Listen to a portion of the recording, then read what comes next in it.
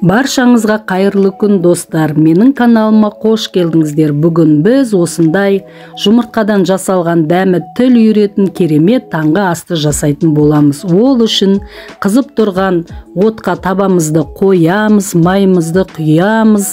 Майымыз қызғаннан кейін майымыздың үстіне дөңгелектеніп осылай кесілген, дөңгелек формада кесілген қызанақтарымызды әдемілеп майдың үстіне жайғастырып шығамыз. Табамыздың бетін бәрін жауып тұратындай етіп қызанақтарды орналастырамыз. Қызанақтарды орташа отта қуыратын боламыз. Қызанағымыз біраз қуырылғаннан кейін астын үстіне аударып, екі бетінде қызанақтың жақсылап қуырып аламыз.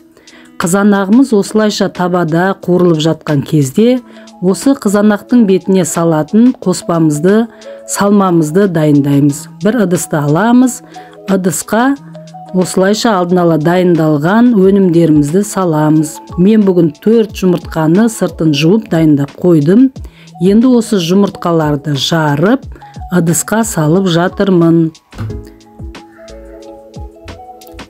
Жұмыртқаларымды осылай жарып салғаннан кейін осы жұмыртқаның үстіне алдын ала ұсақталып туралған пиязымды салатын боламын.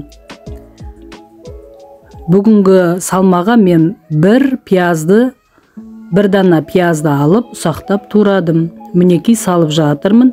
Енді осы пияздың үстіне алдын ала ұсақталып туралған ақ желкем мен аскөгімді саламын.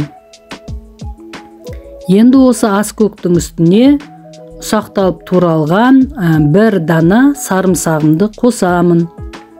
Енді осы салманың үстіне дәмін кіргізу үшін жартас қасық паприка қосамын және жартас қасық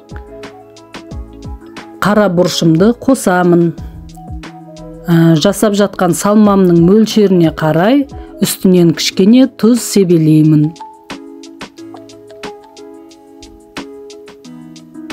Енді осы салынған дәмдеуіштермен қоспалардың барлығын қасықпенен жақсылап араластырамыз осылай. Әдемі бір қоймалжың қалыпқа келгенше жақсылап араластырып аламыз. Мінекей менің салмам дайын болды. Енді осы дайын болған салманы жаңағы қуырылып жатқан қызанақтың үстіне құятын боламыз. Үстіне жақсылап осы салмамызды құйып шығамыз. Салынған салмамызды кішкене жаймалаймыз. Қызанақтардың үстін жауып тұру үшін, барлық жерін толық жабу үшін жаймалап шығамыз. Осы салмасын салғаннан кейін бір 3 минуттай, 4 минуттай орташа отта, жай отта қуыратын боламыз. Мінекей біздің жасап жатқан таңғы асымыз дайын болып қалды. Өте тез дайын болады. Енді осы дайын болып қалған салманың үстіне алдын ала үккіштен өткізілген ірімшігімізді барлық жерін жауып тұратындай етіп, осылай жұқалап себелеп шығамыз. Осы ірімшікті себелеп болғаннан кейін тағы да қақпағын жауып 2 минутқа жаңағыдай пәс отта қуырып аламыз.